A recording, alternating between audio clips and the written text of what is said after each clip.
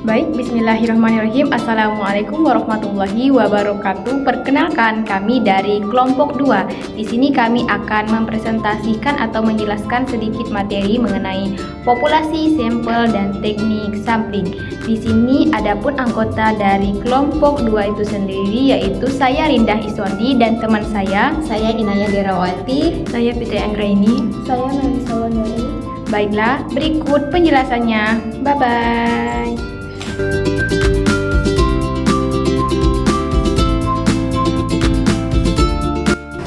Populasi dalam statistik adalah sekumpulan objek atau individu yang menjadi fokus suatu penelitian. Hal ini bisa berupa manusia, benda, atau kejadian, tergantung tujuan penelitian.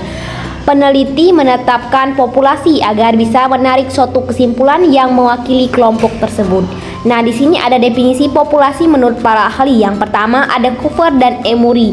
Menurut mereka, populasi adalah kumpulan elemen yang digunakan untuk menarik kesimpulan. Nah, selanjutnya ada Sugiono. Nah, menurut Sugiono, populasi adalah wilayah generalisasi yang mewakili karakteristik tertentu untuk dipelajari dan disimpulkan. Nah, yang terakhir ada menurut Nazir, populasi adalah kumpulan individu dengan kualitas dan ciri-ciri yang telah ditetapkan. Selanjutnya ada jenis populasi. Populasi ini terbagi menjadi dua jenis. Yang pertama populasi target, yang kedua populasi survei. Nah, populasi target yaitu populasi yang menjadi sasaran utama dalam penelitian.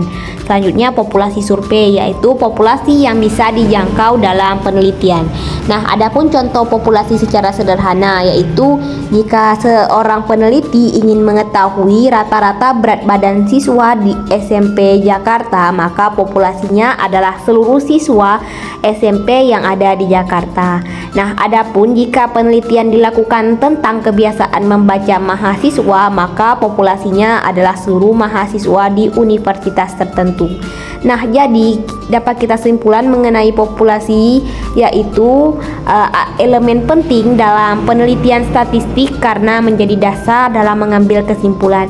Menentukan populasi dengan tepat akan membuat hasil penelitian lebih akurat dan dapat dipercaya. Materi selanjutnya ada sampel dalam statistik. Sampel adalah sebagian kecil dari populasi yang diambil melalui metode tertentu agar dapat mewakili keseluruhan populasi.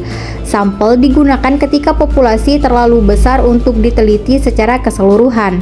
Definisi sampel menurut para ahli yaitu salah satunya ada dari Somantri yang berbunyi sampel adalah bagian kecil dari anggota populasi yang diambil dengan prosedur tertentu sehingga dapat mewakili populasinya. Selanjutnya itu ada ciri sampel yang baik. Sampel yang ideal harus memiliki satu mewakili populasi secara akurat. Terus selanjutnya itu memiliki presisi tinggi sehingga hasilnya bisa dipercaya. Yang ketiga, mudah dilakukan agar praktis dalam penelitian. Yang terakhir itu memberikan informasi yang maksimal dengan biaya minimal. Selanjutnya itu ada cara menentukan sampel. Beberapa faktor penting dalam menentukan sampel itu yang pertama, tingkat homogenitas populasi. Terus persesi yang diinginkan dalam penelitian, rencana analisis yang akan dilakukan, terus selanjutnya biaya, tenaga, dan waktu yang tersedia, dan yang terakhir ukuran populasi. Selanjutnya itu hubungan antara sampel dan kesalahan. Semakin besar sampel, semakin rendah tingkat kesalahan karena lebih banyak data yang diwakili. Berikut contoh sampel sederhana yaitu jika seorang peneliti ingin mengetahui preferensi membaca mahasiswa di Universitas A, maka populasinya adalah seluruh mahasiswa di Universitas A. Karena jumlahnya terlalu besar untuk diteliti satu persatu, peneliti mengambil sampel misalnya 100 mahasiswa dari berbagai fakultas. Sampel ini dipilih dengan teknik tertentu agar mewakili seluruh mahasiswa. Teknik sampling adalah metode atau cara yang digunakan dalam memilih sebagian unit dari populasi disebut sampel, yang dianggap dapat mewakili karakteristik seluruh populasi. Penggunaan teknik sampling bertujuan agar data yang diperoleh dari sampel tersebut dapat digunakan untuk menarik kesimpulan yang berlaku umum bagi populasi. Dalam konteks penelitian, tidak selalu memungkinkan atau efisien untuk meneliti seluruh anggota populasi karena keterbatasan waktu, biaya, dan tenaga. Oleh karena itu, peneliti menggunakan sampel yang diambil melalui teknik tertentu agar tetap mendapatkan hasil yang valid dan reliable. Contoh teknik sampling, seperti seorang ibu yang ingin mengecek rasa masakan di dalam panci, ia cukup mencicipi 1 sendok kecil saja untuk mengetahui apakah masakan itu sudah enak atau belum. Sendok kecil itu diibaratkan sebagai sampel, sementara isi panci adalah populasi. Namun, agar rasa yang dicicipi mewakili seluruh panci, tentu sebelumnya masakan itu harus diaduk rata terlebih dahulu. Itulah gambaran perlunya proses pengambilan sampel yang benar. Jenis-jenis teknik sampling.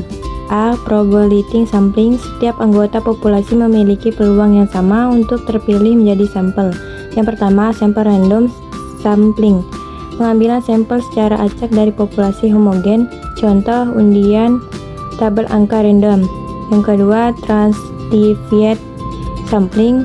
Populasi dibagi ke dalam setara homogen, lalu diambil sampel secara acak dari setiap setara. Contoh untuk populasi heterogen. Yang ketiga, cluster sampling. Populasi dibagi ke dalam kelompok heterogen, cluster, lalu salah satu atau beberapa cluster diambil secara acak. Yang keempat ada systematic sampling. Sampel diambil berdasarkan interval tertentu dari daftar populasi yang sudah tersusun. Yang kelima ada proportional sampling. Pengambilan sampel secara acak dengan proporsi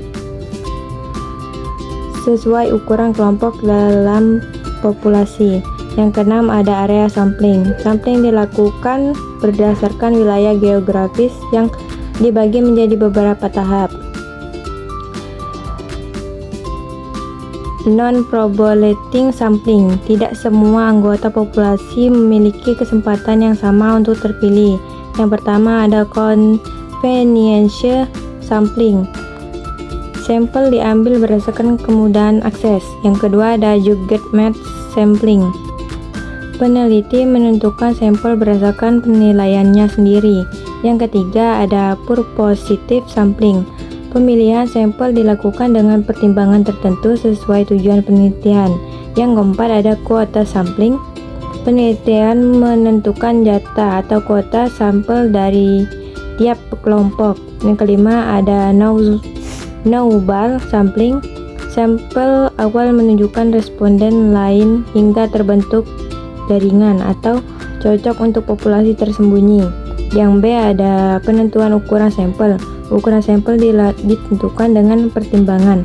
Yang pertama ada ukuran populasi, yang kedua ada tingkatan kesalahan yang diizinkan, yang ketiga variasi populasi, metode pengambilan sampel.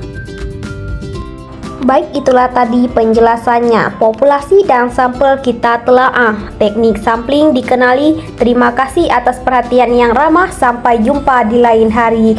Sekian, wassalamualaikum warahmatullahi wabarakatuh. Bye.